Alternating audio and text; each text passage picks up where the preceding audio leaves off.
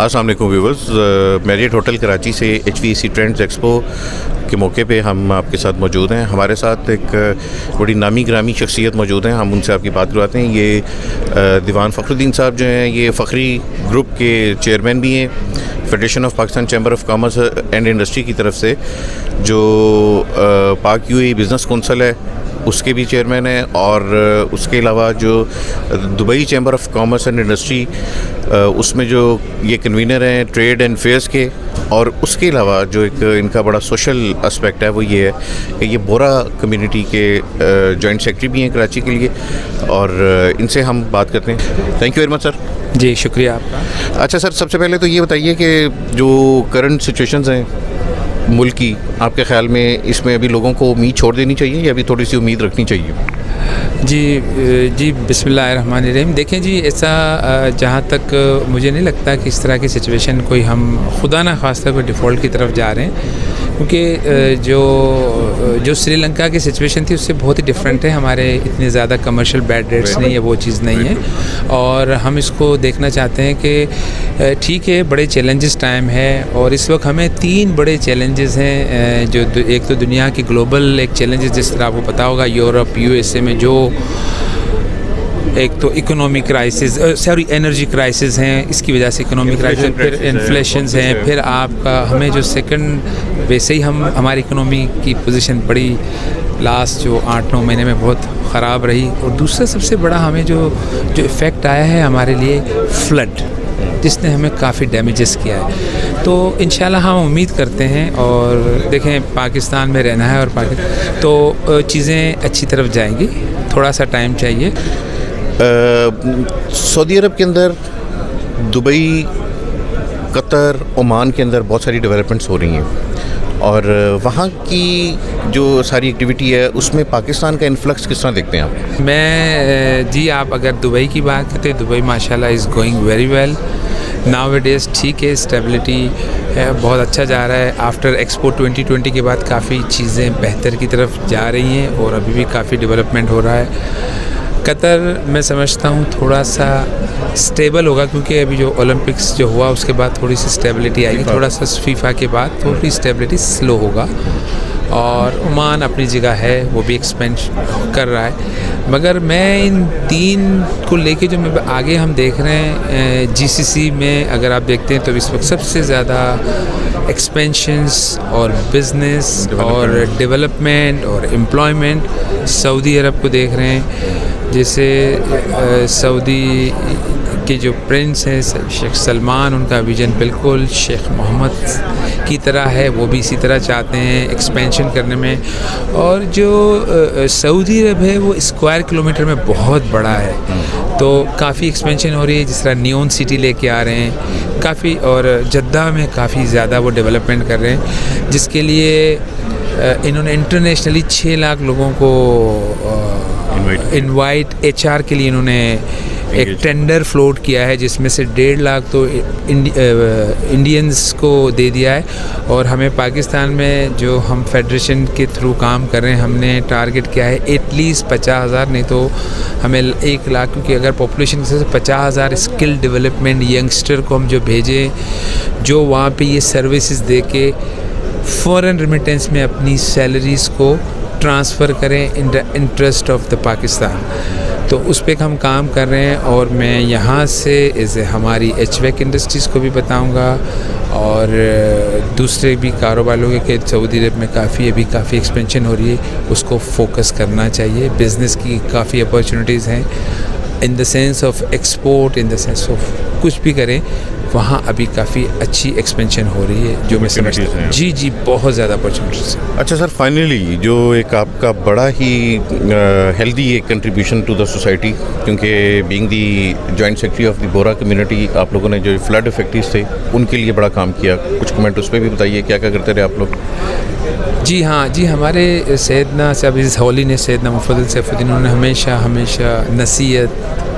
की है, और उनका एक फरमान आली है कि हमेशा इबादुल्लाह के लिए करो काम, और मुल्क के लिए काम करें। आप जहाँ के नेशनल्स हो उससे वफ़ा करें, और उसके लिए उस इबादुल्लाह की भी खिदमत करें। बहुत बड़ा एक सदका जारी और एक नेक काम है। और हम तो बड़े कसूर के साथ हमने अल्हम्दुलिल्लाह 3 लाख लोगों को फूड्स की सारी कुक फूड की और ड्राई राशंस और 2 लाख लोगों को शेल्टर्स की फैसिलिटेट की। और मैं समझता हूँ ये भी हमने बड़े कसूर के साथ किया। वाजिब तो हम पे बहुत ज़्यादा चीज़ें, और इंशाल्लाह हम आगे भी इस कम्युनिटी के पैनल पे आगे भी इस तरह के कोई भी खैर काम होंगे हम करते रहेंगे। हमारे लिए हमारा मुल्क बहुत ही इम्पोर्टेंट है। व्यूवर्स, दीवान फ़खरुद्दीन साहब जो है वो federation of Pakistan chamber of commerce industry की तरफ से जो पाक यूए बिज़नेस कौंसिल बनी हुई है उसके चेयरमैन भी हैं, और ये बायलैटरल ट्रेड के ऊपर बहुत काम कर रहे हैं, तो इसके ऊपर इनसे बात करते हैं। दीवान साहब, आपकी पिछले दिनों में कुछ 3 गवर्नर्स के साथ मुलाकातें हुई हैं, FBR चेयरमैन के साथ मुलाकात आपकी हुई है, आज सुबह लोग आपको देख रहे थे टेलीविज़न चैनल्स के ऊपर, आप इसहाक डार साहब के साथ भी खड़े थे। ये बायलैटरल ट्रेड के ऊपर कुछ चीज़ें, और ख़ास तौर पे जो कंटेनर्स पोर्ट के ऊपर लोगों के स्टक हुए हैं, क्या डिस्कशन हुई आप? जी माशाल्लाह, देखिए जी, इस पे हमारी बड़ी पॉजिटिव डिस्कशन हुई थी। पहले तो मैं लास्ट परसों हमने बहुत बड़ा प्रोग्राम किया था जिसमें इसहाक डार साहब को इनवाइट किया था। उसमें हमारा मेन एजेंडा था, एक तो सबसे पहले हमें जो टैक्स पेयर को एक्सटेंशन दी जाए 15 दिन की, नंबर 1 के थोड़ा सा था। और हमने एक जो हाँ, और उसको उन्होंने रात को एक्नॉलेज किया। दूसरा, हमारे पास अभी जो सिचुएशंस हैं तकरीबन $2.7 बिलियन के कंसाइनमेंट पोर्ट्स पे पड़े हैं जो पेरिशेबल भी हैं, जिसमें बहुत सारी चीज़ें, तो उस पर हमने एक बड़ा अच्छा प्रॉपर दिया। अच्छा, उस वक्त स्टेट बैंक के गवर्नर भी आए हुए थे।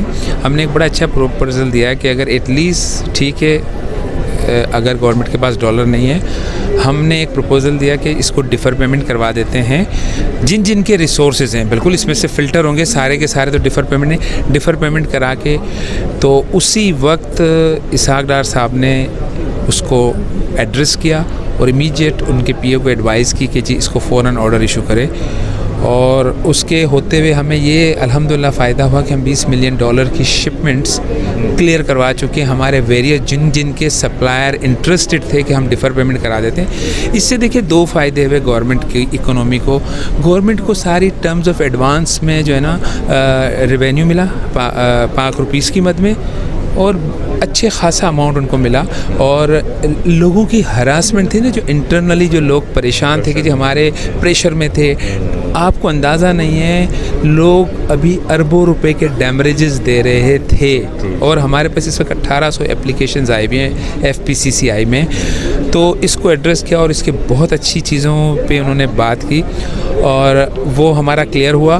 और दूसरा, हमने अब जो तीसरा हमारा चैलेंजेस टास्क है LCs का, उन्होंने हमसे सिर्फ 2 महीने फर्दर मांगे हैं। इसहाक डार साहब की बात बिल्कुल सही है। Now he is focusing only for cotton crops. वो चाहते हैं कि देखें, जब तक मुल्क है, अगर हम अपनी एक्सपोर्ट इकोनॉमी को बेहतरी नहीं करेंगे, उनके लिए एक बड़ा चैलेंज है ये कॉटन की क्रॉप्स जो हमारी डैमेजेस हुई उसको वो इम्पोर्ट करने में, उस डॉलर को वहाँ यूटिलाइज़ करना चाह रहे हैं। तो उनके लिए उन्होंने हमसे मांगा है एक शॉर्ट टाइम कि ये थोड़ा चैलेंजेस है कि, मगर मैं उम्मीद करता हूँ इंशाल्लाह आइंदा दिनों हमारे लिए बहुत बेहतर होंगे। और हमें मुल्क में रहना है और यहीं पे हमने काम करना है। तो इंशाल्लाह उन्होंने भी कुछ चीज़ें कही और मैं समझता हूँ कि इंशाल्लाह चीज़ें बेहतरी की तरफ चली जाएंगी। Very optimistic discussion. ये एक मेरा ख्याल है कि आपके साथ ये जो डिस्कशन हमारी हो रही है ये नीड ऑफ द टाइम है व्यूवर्स, बिकॉज हर आदमी एक पैनिक कंडीशन में है। ऐसी सिचुएशन नहीं है जैसे कि दीवान साहब के, चूँकि बहुत सारी लोगों के साथ मुलाकातें भी हो रही हैं तो ये डिस्कस कर रहे हैं, बता रहे हैं। मैं जो आपसे पूछना ये चाह रहा था कि आप अब ये चूँकि इस लेवल के ऊपर सोसाइटी के अंदर, HVCR सोसाइटी में या जनरल मासेस के अंदर भी इवन लोगों के इश्यूज़ बहुत ज़्यादा हैं, लेकिन वो कोऑर्डिनेट नहीं कर पा रहे, उनको पता नहीं है कि हम किस फोरम से जाके बात करें तो उनका मसला हल हो सकता है। आप ज़रा इस पर सजेस्ट करें कि आपसे कोऑर्डिनेट किया जाए। जी जी बिल्कुल, मेरे साथ मेरे PA हैं। आपको प्लीज़ मेरी रिक्वेस्ट है, स्पेशली हमारी HVCR सोसाइटी, किसी का भी शिपमेंट पोर्ट पे आ गया हो और वो इस डैमरेज से परेशान है, अगर वो किसी भी तरीके से डिफ़र पेमेंट करा सकते हैं तो प्लीज़ मुझे कांटेक्ट कर दें, अदरवाइज़ मुझे कुछ व्हाट्सएप पे कॉल कर लें। मैं अपने PA का नंबर दे दूँगा, वो इंशाल्लाह अगर जिनके कंसाइनमेंट दोबारा रुके हुए और फंसे हुए हैं, फिर वो